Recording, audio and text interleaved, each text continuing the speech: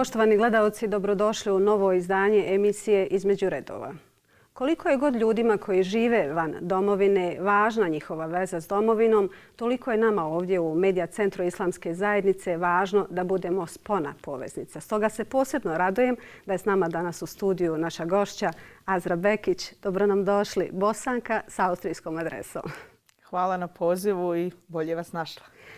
Gospođo Bekić, da li je ljepše doći u Bosnu ili je ljepše doći u Bosnu?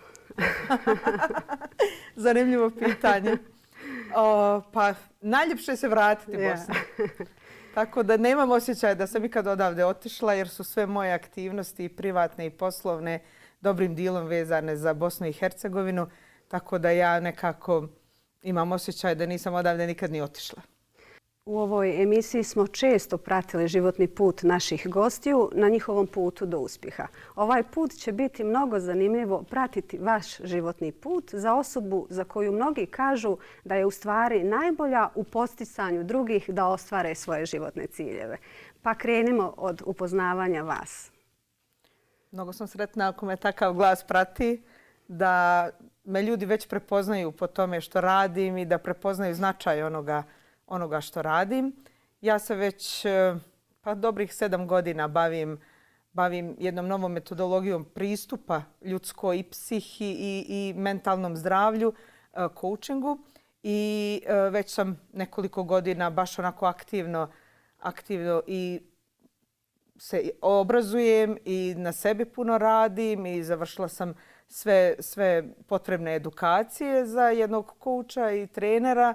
I taj put nekako, čini mi se kad sam odabrala da pratim svoje srce, gdje me vodi, mislim da nema kraja. Mislim da je to baš onako jedan cjeloživotni rast, razvoj i cjeloživotno učenje. Krenimo ipak malo ranije. Šta vas je dovelo do takvog karaktera kakav ste sad i za koje biste događaje, ljude u svom ranom djetinjstvu rekli da su vama bili vjetar i podrška? Pa moje djetinjstvo kao i djetinjstvo svih nas, ove moje generacije, obilježeno je nesretnim događajima i ratom i odvojenošću od porodice, od svoje zemlje. I imam osjećaj da me možda već tad na neki način me oblikovalo u ono što sam ja danas, osobu jasnih stavova, čvrstih opredjeljenja, usmjerenošću ka ljudima, otvorenošću ka ljudima. I eto, to je negdje dobrim dijelom bio moj rani životni put. Šta me na to, da li postoji osoba koja me na to potakla? Mislim da ne. Ja sam uvijek više okrenuta prema zajednici, prema kolektivnom. Tako da mogu reći da me zajednica i najviše sam zahvalna možda mojim precima koji su dobrim dijelom uticali na ono što sam ja danas, jer taj životni put, odnosno put mojih predaka je obilježen migracijama, selidbama. To znači da ja u svojoj krvi imam jako puno tog gena prilagođavanja sredini, okrenutošću ka zemlji, ka kulturi u kojoj se nalazim. I eto, ako mogu ikako odvojiti, onda bi rekla da je baš taj dio moje ličnosti zaslužan za ovo što sam ja danas. Kada spominjete te migracije, vi ste se u stvari odselili prije 8 godina u Beč. Voljela bih da nam iz vašeg ugla kažete kako izgleda domovina kada ste joj blizu, kada ste joj daleko i koliko bi važno bilo da svako u trenutku svog življenja bude svjestan da u tom vremenu i tom prostoru ima ono najbolje za njega i da to najbolje i uzme. Pa ja nekako mislim da u prednosti smo mi koji imamo priliku otići, živjeti vani ili se zauvijek preseliti ili provesti jedan dio u inostranstvu. Nekako imam osjećaj da mi dobijemo jednu jasniju sliku života u Bosni. Ja, na primjer, dok smo živjeli ovdje, do prije 8 godina, nisam nikad razmišljala da bi mogla živjeti u nekom drugom gradu u Bosni i Hercegovini ili da, ne znam, tad čak nisam ni razmišljala da bi se preselila, da bismo otišli vani. A evo sad kad imam to iskustvo života vani, kad smo negdje da kažem, pomjerili te korijene, malo im dali zraka da se malo ta zemlja rastrese, meni je sasvim prirodno da kad razmišljam o životu u Bosni, sad mi je tako prirodno da bih mogla živjeti, na primjer, u Bihaću, koji jako volim, ili u Travniku, u blizini mojih konja, na Vlašiću. I malo prije smo baš nas dvije razgovarale o tome kad sam rekla da nekako sve manje mogu i zamisliti da kad bi se vratila, nisam sigurna da bi došla da živim u Sarajevu. Nego da bi odabrala za sebe baš tu raznolikost, da upoznam i neki drugi način života i možda negdje da potražim način života koji je negdje ostao još bliži našem humanom načinu života, onom najprirodnijem načinu. Tako da mislim da je to doprinio moj odlazak iz Bosne i Hercegovine, da mogu baš dobiti tu širu sliku i možda da povećam taj stepen prihvaćanja drugog i drugačijeg. Mi smo ovdje osjetljivi na tu temu odlaska. Nekako nije baš nam popularna ta tema, strahujemo za našu omladinu. Međutim, u vama i vašim saradnicima, vašim kolegicama, na vama se očituje ta snaga, ta sinergija vaših znanja, iskustava koja se u stvari prikupila u jednu zajednicu koja je nesebična podrška domovini. Mi u stvari ne znam da li imamo veću snagu u vama ovdje ili kada djelujete u inostranstvu. Pa dobro ste spomenuli, to je jedna sinergija kultura i baš se nadovezuje na ovu našu priču šta kad mi odemo, da li dobijemo neku širu sliku. Tako isto i naše djelovanje, naše aktivnosti. Negdje mislim da mi svi i kad odemo nosimo to sjeme, nosimo u srcu našu domovinu i na svaki način, svaki naš čovjek je i ambasador naše zemlje. I mi prirodno težimo jedni drugima, tražimo jedni druge, spajamo se, organizujemo različita udruženja, svako na svom nivou i djelovanja i svijesti i potreba. Tako isto se u jednom trenutku i mislim da je to bilo 2 godine nakon mog odlaska u Austriju, kod mene je rodila potreba da se povežem sa ženama koje imaju slična interesovanja kao ja, koji su na određenom stepenu razvoja i profesionalnog i ličnog kao ja. I nisam se zadovoljila sa onim što je tad bila ponuda u Austriji i u Beču, nego sam pozvala par svojih prijateljica s kojima sam podijelila tu ideju i nekako se rodila, dobro se sjećam te večere koju smo mi organizovale gdje smo se skupile sve tako uzbuđene i sa puno ideja i nastalo je udruženje Business Women of Bosnia and Hercegovina i to udruženje djeluje evo već 6 godina, vrlo uspješno i vrlo motivisano da na svaki način ne pomogne. Mi smo se nekako više tu riječ pomoći previše je izgubila na svojoj snazi. Ona se sad i transformisala u podršku. Dakle, da podržimo jedna drugu i kroz uvezivanje, kroz mentoring program, kroz različite akcije da damo i mi svoj doprinos, ali na neki način da ostanemo povezani sa ženama u Bosni i Hercegovini i da uvijek teče ta razmjena i znanja i iskustva i dobre volje između nas. Sjajna mi je ta vaša odlučnost o, ne mogu reći branjenju, ali nadogradnji tog, čuvanju tog identiteta koju u stvari prenosite i na vašu djecu. Ideja da ih dovedete na jezički kamp u Bihać protekle godine je sjajna ideja, jako mi se svidjela. Mi smo oduševljeni opet tom idejom da takva mogućnost postoji i da postoje ljudi i organizacije u Bosni i Hercegovini koji prepoznaju značaj očuvanja maternjeg jezika. Mi smo suočeni sa tim problemom u dijaspori da naša djeca, ma koliko se mi trudili da očuvamo bosanski jezik, naša djeca polako gube tu nit, tu motivaciju za učenjem, tu sposobnost, širok vokabular, sposobnost izražavanja i svojih potreba i emocija. Mi u kući pričamo isključivo bosanski jezik, međutim ja već primjećujem kako moja djeca kad razgovaraju između sebe, uglavnom je njemački prvi jezik koji oni odabiru. Tako da kad sam vidjela da u Bihaću postoji mogućnosti da su se ljudi potrudili, napravili fantastičan kamp I odmah mislim da sam bila prva koja je prijavila svoju djecu i odmah smo ove godine rekli upišite nas i za sljedeću dolazimo. Jer to je, osim što je prilika da djeca se druže sa svojim vršnjacima iz dijaspore, jedna divna mogućnost da djeca vide da postoji i druga djeca koja prolaze kroz iste stvari, iste izazove. Nama je također veliki izazov kada naša djeca iz dijaspore dođu ovdje. Već se gubi ta i poveznica sa djecom odavde. Oni već ne razumiju jedni druge, već je tu se malo dolazi do udaljavanja. Tako da bi ja svakako podržala i ako postoji način da nekako motivišem da i drugi gradovi, drugi centri se uključe u ovu inicijativu, to je nešto od nemjerljivog značaja. Obradovala sam se kad sam vidjela na vašoj web stranici kako ste se opisali kao podsjetnica. Podsjetnica ljudima da pronađu u sebi sve te izvrsnosti koje se u njima kriju. Raduje me da čujem od vas šta se krije u čovjeku. Puno toga divnog.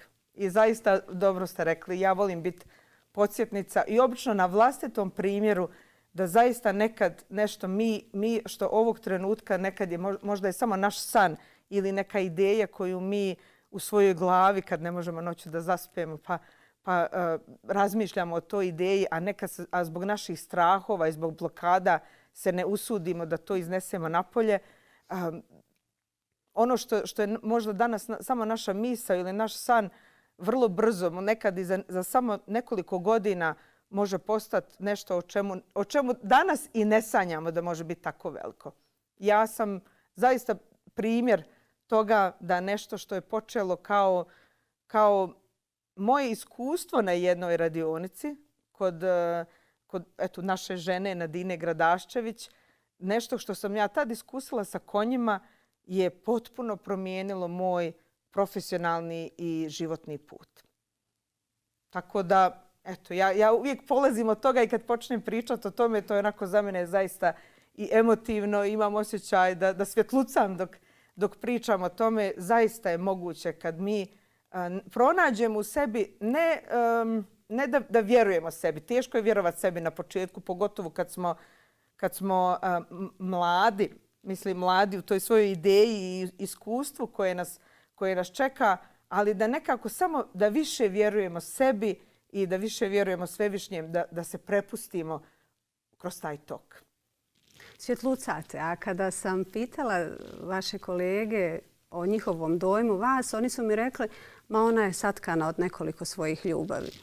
Pričat ćemo o tim vašim ljubavima, a mislim da ste i prava osoba za pitanje zašto je ljudima puno lakše da izgovore kritiku jedni drugima u odnosu na pohvalu. Nekako i u našem odgoju promoviše se taj oprez. Pogledi ga dok spava. Postoji ta bojazan od neposluha nakon lijepih riječi, nakon nježnosti, nakon pohvale. Koliko je to neispravno? To je duboka tema koja, ja mislim, zahtijeva jednu posebnu emisiju samo da o tim obrascima koji smo mi naslijedili da o tome pričamo. Mi smo narod sa jako teškom i dubokom historijom i sa kolektivnim nesvjesnim koje zahtijeva iscjeljenje na svim nivoima. Produkt toga su naravno ratovi, migracije, težak život pun izazova na ovom brdovitom Balkanu i mi smo vrlo često i mimo naših ratova bili predmet prolaska raznih vojski kroz historiju i to je ostavilo duboke traume i ožiljke na našim dušama, jer mi znamo već, to je sad i nauka pokazuje da ono što je na ćelijskom nivou, da ćelija pamti informacije predaka naših i mi ono što smo danas smo dobrim dijelom satkani od obrazaca koji su naslijedili i naši preci od svojih predaka. Tako da od samog postanka bosanskog čovjeka, nažalost, mi imamo obrazce koji su rezultat danas upravo toga da kad živimo u svijetu gdje je poželjno pokazivati otvoreno ljubav i milost prema djeci i to je na kraju krajeva ono što mi i učimo kroz našu vjeru. Mi negdje smo zatvoreni za takav prikaz, za takvo otvoreno pokazivanje ljubavi iz strahova koji nisu naši i ne pripadaju nama danas, već pripadaju našim precima. I stoga je jako važno liječiti tu našu, da kažem, vremensku liniju unutar svakog od nas i polako rješavati se tih obrazaca i prihvatiti i neke stvari koje su se desile i da smo mi bili na različitim pozicijama kroz naravno prošlost naših predaka i da je vrijeme sad da se te stvari polako iscijele kako bi naša djeca bila oslobođena tog tereta koji mi nosimo. Kada spominjete vrijeme, može li se napraviti neka paralela iz vremena ne tako davna, kada smo svi jedni drugima bili jedna vrsta podrška, terapije, kouča. Međutim, ta udaljenost ljudi danas u tim odnosima, to zahlađenje nekako dovodi do toga da je sve manje onih kojima možete da kažete, da dobijete savjet, da vam budu podrška. Iz tog se upravo nekako i rađa ponajviše možda ta ideja osobe koja će vam biti mentor, coach, koja će vam biti tu, ali i ta dodatna dimenzija tog profesionalnog, usavršenog odnosa prema ljudima. Šta je coach? Coach je osoba koja radi posao koji su možda radile nekad naše nane. Dakle, coach je osoba koja vas vodi od tačke A do tačke B, ne miješajući se u vaš proces, potpuno samo pustiti vama na volju da sami zaključite aha, ovo u mom životu možda mogu promijeniti kako bi bolje funkcioniralo. I osoba koja je vaša desna ruka u svemu i da vas motiviše i da vam kaže ajde možeš ti to, još jedan korak, da bude rame za plakanje, da bude osoba kojoj ćete se povjeriti bez straha od osude, bez straha od davanja savjeta, bespotrebnih savjeta. Svi smo mi danas postali previše osjetljivi na savjete. I vrlo često i dobronamjerni savjet shvatamo kao kritiku. I zato smatram da je uloga kouča danas od neprocjenjive važnosti. Da je kouč ta osoba koja treba biti oslobođena od svih svojih, na neki način depersonalizirana u radu sa klijentima kako bi klijent dobio svoju čistu sliku sebe da sam vidi šta to može dalje napraviti. Ja sad moram otići korak dalje. Znam da smo mi pričali i spomenuli da ćemo govoriti o konjima kasnije, ali ja moram reći da sam ja to što sam tražila za kouča i šta ja smatram kakav kouč treba da bude, kakva treba da bude osoba, našla upravo u konju.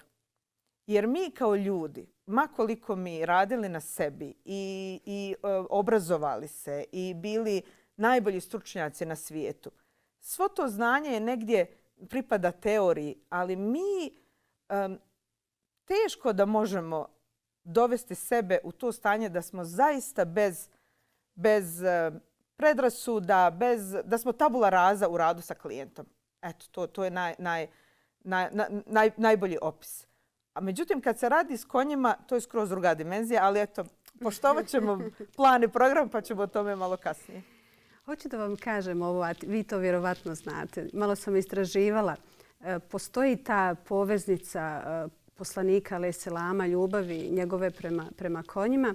Pa sam istraživala šta je konj u svemu tome. On je spomenut u Kur'anu preko 10 puta, a u hadisima na desetine puta se spominje. Spominje se na mjestima gdje su spomenute najveće ovodunjalučke ljepote i blagodati. Njegove prednosti su mnogobrojne, njegove funkcije su mnogobrojne, a između ostalog i ta terapeutska. Pa nam vi više recite o tome. Stoga me nimalo ne iznenađuje taj vaš put i ta vaša spoznaja o kojoj ćete nam govoriti. Da, hvala i na podsjetniku. Ja sam isto tako oduševljena kad tako nekad s vremena na vrijeme pročitam u hadisima i u Kur'anu konj i to je za mene uvijek metafora za nešto. I kako si rekla i za terapiju i za ljepotu i blagodat, ali isto tako i za iskušenje. Isto tako i konj je naveden da nekad nas može ta njegova ljepota i ta njegova posebnost možda odvratiti od onoga zašto smo mi došli na ovaj svijet i sa čim smo mi došli na ovaj svijet. I tu je negdje uvijek taj balans i potrebno je dovesti našu dušu u balans da mi zaista tog konja prihvatimo kao nekog ko će nas odvesti i u dženet i dženeti na ovom svijetu. A to je da nama pomogne da mi našu dušu dovedemo na jedan nivo, na jedan novi način življenja. A to je upravo ono što sam vam malo prije rekla. Kad očistimo neke traume koje nisu možda naše i neke obrasce koji nisu možda naši. Zanimljivo je da su konji prirodni čistači polja. I ja sam se uvjerila kroz moj život da sam boravak sa konjima je doveo do toga da neke stvari koje su bile prepreka u mom životu ili koje su me žuljale, jednostavno su se, da kažem, istopile. Ne postoje više. Jer oni tom svojom energijom, pogotovo konji koji žive u krdu, strašno utiču na naše energetsko polje i tako ga čiste. Kako konkretno izgledaju te terapije? Iako nama konji ovdje nisu neka nepoznanica, ipak i u svijetu, a posebno u Bosni, je ta vrsta terapije nešto posve novo. Rad sa konjima je vrlo specifičan i svaki put je nekako poseban događaj i vrlo intiman, vrlo ličan. Tako da meni je najveći izazov opisati kako teče jedna coaching seansa uz asistenciju konja, ali evo pokušat ću. Dakle, uvijek govorim o tome kako je važno, kako je odnos baza svega što mi u životu želimo da postignemo. I vrlo često se dešava da moji klijenti već tokom tog prvog dijela kroz stvaranje odnosa riješe tu situaciju sa kojom su došli u umu. Dakle, moj prvi korak je uspostavljanje odnosa između mog klijenta i konja. Ostavim dovoljno prostora, dovoljno vremena da klijent prvo sam odabere konja s kojim će raditi. To je također jedan proces vrlo ličan. Jer mi, kako u drugima vidimo ono što mi u sebi imamo i u svemu što nas okružuje, mi zapravo vidimo ono što mi jesmo, tako isto i sa konjem. Klijent uvijek odabere konja koji rezonira sa njim i onda kasnije ljudi koji ne znaju, naravno malo ko to zna, obično kažu kako čita sve moje pokrete, kako mi jasno, kao pravo ogledalo. A u stvari mi se ogledamo jedni u drugima i vrlo je vjerovatno da mi iz te pozicije i biramo i konja koji je jako sličan nama i koji će nam pokazati upravo zapravo osvijetliti one dijelove ličnosti koje mi se nekad i ne usudimo pokazati ili iz straha, iz neke bojazni, iz nekih raznih blokada. Pred konjem padaju sve maske. I dakle, već tad se rješava dobar dio seanse. Kad klijent osjeti da je siguran tu i da može pokazati onaj ranjivi dio sebe koji više ni sam nije siguran da li pripada njemu ili toliko smo mi svoje esencijalno biće, ono ko mi jesmo u svojoj prirodi, zatrpali i ugušili da redovni pratilac mojih seansi su suze. Kad čovjek vidi da može biti, da postoji neko koga zaista vidi onakvim kakvim jeste. Nakon toga mi prelazimo na rad sa konkretnom temom. Najčešće radim sa konstelacijama i dozvolim klijentu da kroz predmete koji su nam dostupni ispriča svoju životnu priču. Tako da to je vrijeme za igru. Kad mi zaista oslobađamo naš kreativni dio ličnosti koji naravno pripada našoj podsvijesti najčešće i klijent se već tu opusti i ispriča svoju priču. Neko želi da konj bude tu u prostoru, neko želi da konja dovede kasnije. Kako god, dok klijent priča priču, dok klijent gradi priču, najčešće ako je konj tu, on priča.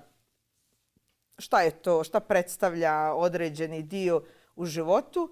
Ili kasnije kad konja dovede, ja uvijek podsjećam klijente da ispričaju konju svoju priču i da nije važno hoće li to napraviti na glas ili u sebi, da konj razumije jer konj nas vidi baš onakvim kakvim jesmo, a ne vidi nas kroz naša odijela, satove, nakit ili sve što mi mislimo da su naše vrijednosti u ovom životu. I dok klijent ispriča priču, meni je uvijek fascinantno kako konji reagiraju na to, kako se tačno zaustave gdje postoji nešto za rad, gdje nedavno imala sam nedavno seansu kad je prvi put u seansi učestvovala moja kobila Una, ona je bosanski brdski konj.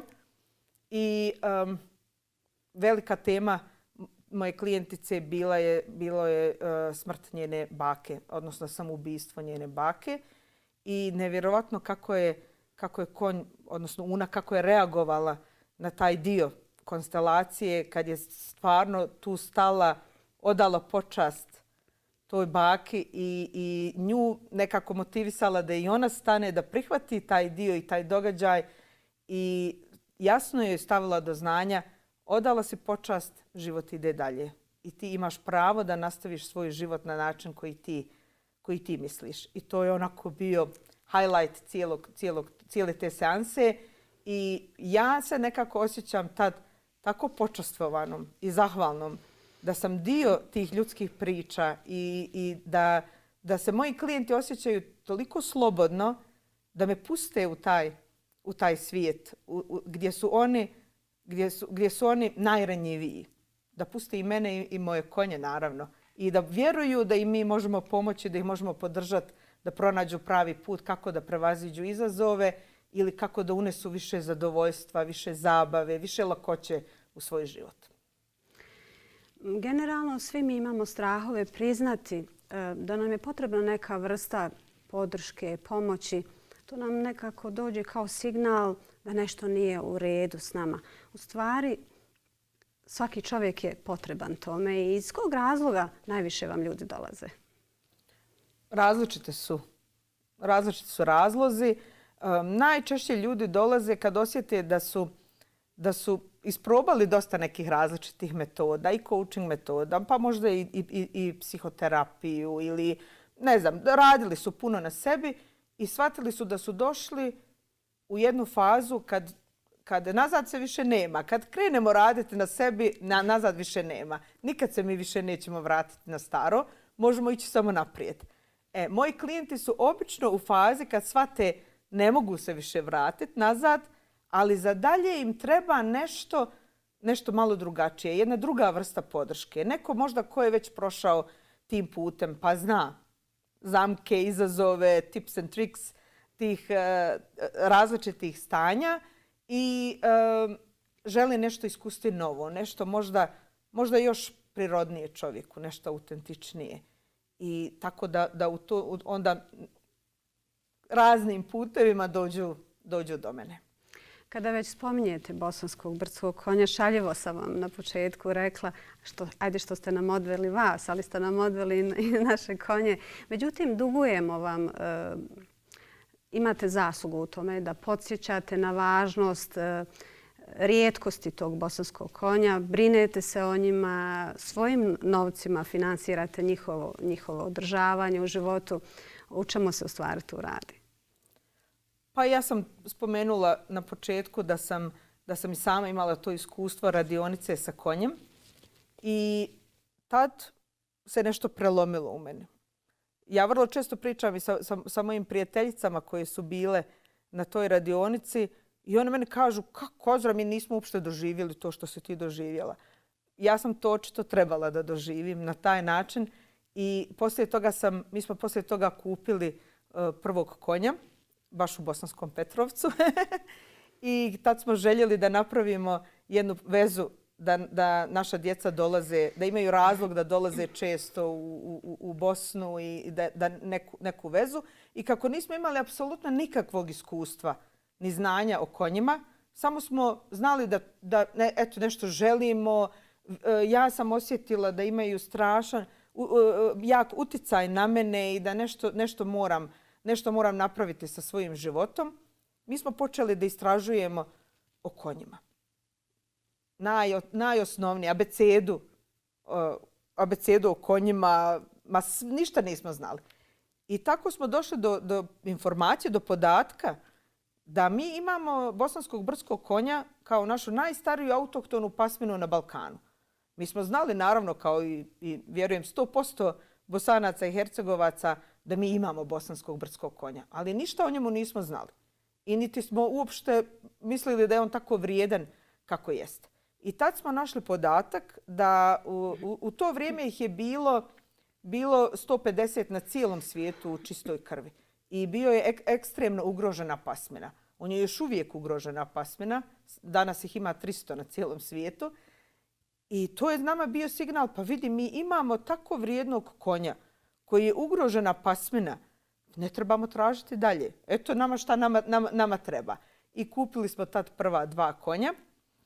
Nakon toga smo kupili još 6 sa namjerom mi ćemo u narednih 10 godina razviti tako ergelu jednu do nekih 10 konja, da imamo malo i da uživamo i da razlog da što češće dolazimo.